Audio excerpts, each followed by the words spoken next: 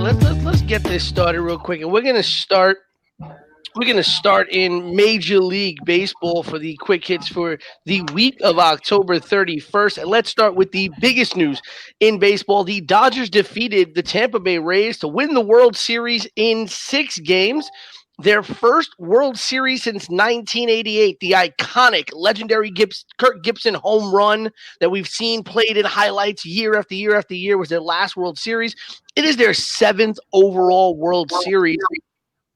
And the Dodgers had won the National League West for the last 8 years and never got to this point. So really good comeuppance for them. Dodgers shortstop Corey Seager won the MVP. But a little bit of a bright spot for the Tampa Bay Rays. Rookie Randy Arozarena set 4 records this postseason. Wow. Most hits by a rookie. Most hits overall in a single postseason, 27. Most total bases in a postseason, 64.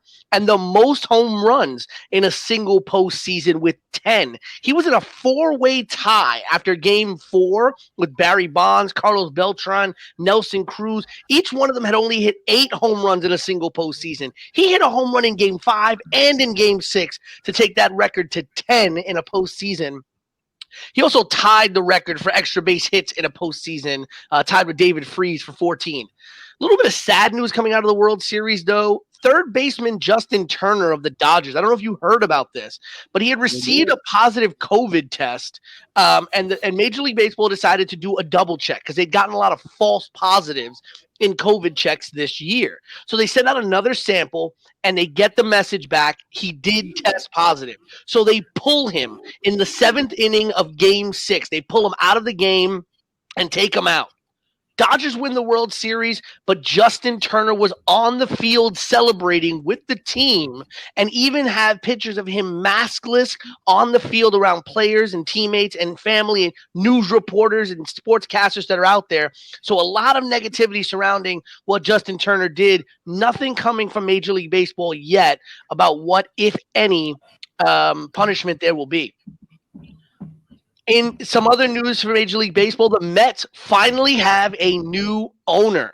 Actually, last night, the Major League Baseball owners and the New York City mayor, because Citi Field sits on city land, he had to have a say on it. Both approved the long-awaited sale of the Mets from the Wilpon family to billionaire Steve Cohen. Steve Cohen immediately becomes the richest owner in Major League Baseball, and now rumors abound as to how the change in ownership is going to affect the way the Mets do business moving forward. Now, I know all of us, we're just waiting for the Knicks to get sold. The 2 big managerial hires in Major League Baseball this week. The White Sox hired Hall of Fame manager Tony La Russa. He last managed in 2011 when he led the Cardinals to their last World Series. He is the 3rd winningest manager in history, a 3-time champion, 2 with St. Louis and 1 with Oakland, 4-time manager of the year. Big question surrounding the hiring, though, is how is Tony La Russa, a very old school manager, going to deal with a very young Chicago team?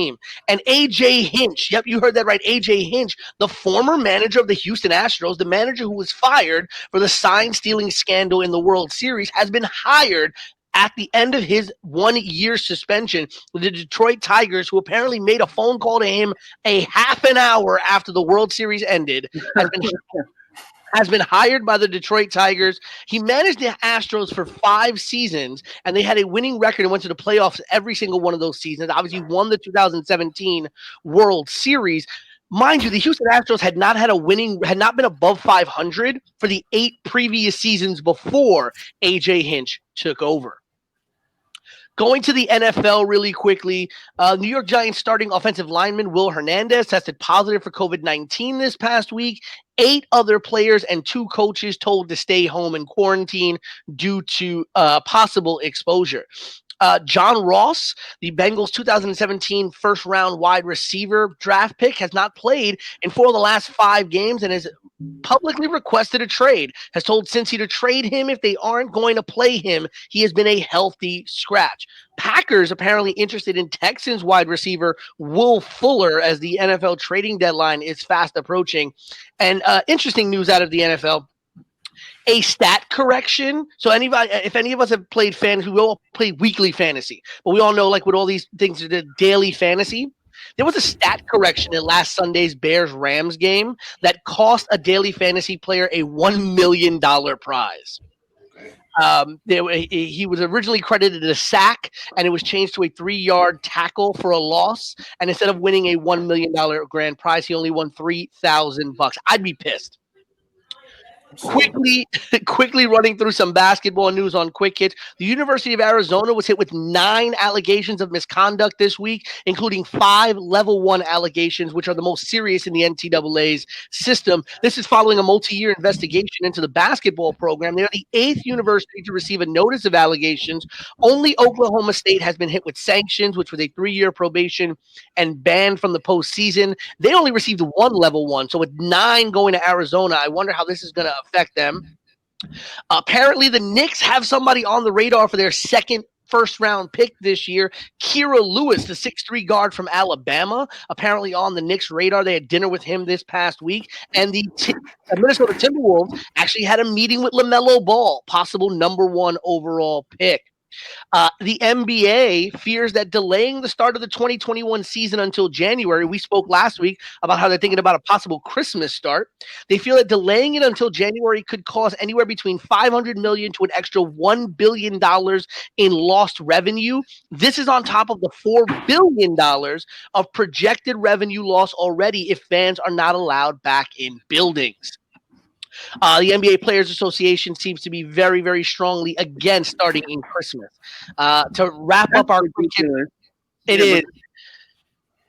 To wrap up our quick hits, we're going to get into this a little bit more later on, but there were some big movements in the NBA in coaching circles. Steven Silas, the 47-year-old son of former NBA coach Paul Silas, was hired by the Rockets to be their next head coach. He was a former assistant in Charlotte and Dallas.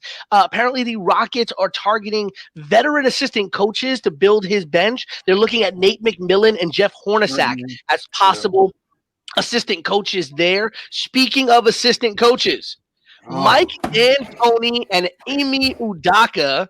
Mike D'Antoni, previously the head coach of Phoenix and Houston, and Ime Udoka, a highly regarded assistant out in San Antonio, formerly an NBA player, have both signed on to officially join Steve Nash's coaching staff in Brooklyn. This staff already including former NBA coach Jacques Vaughn. And our last piece of news, Daryl Morey is back. After resigning as the head of basketball operations for Houston, citing personal reasons this year, Daryl Morey has reached a multi-year agreement to become the president of basketball operations for the Philadelphia 76ers, who just hired Doc Rivers as their head coach. Elton Brand will remain the general manager. And this is quick hits for the week of October 31st.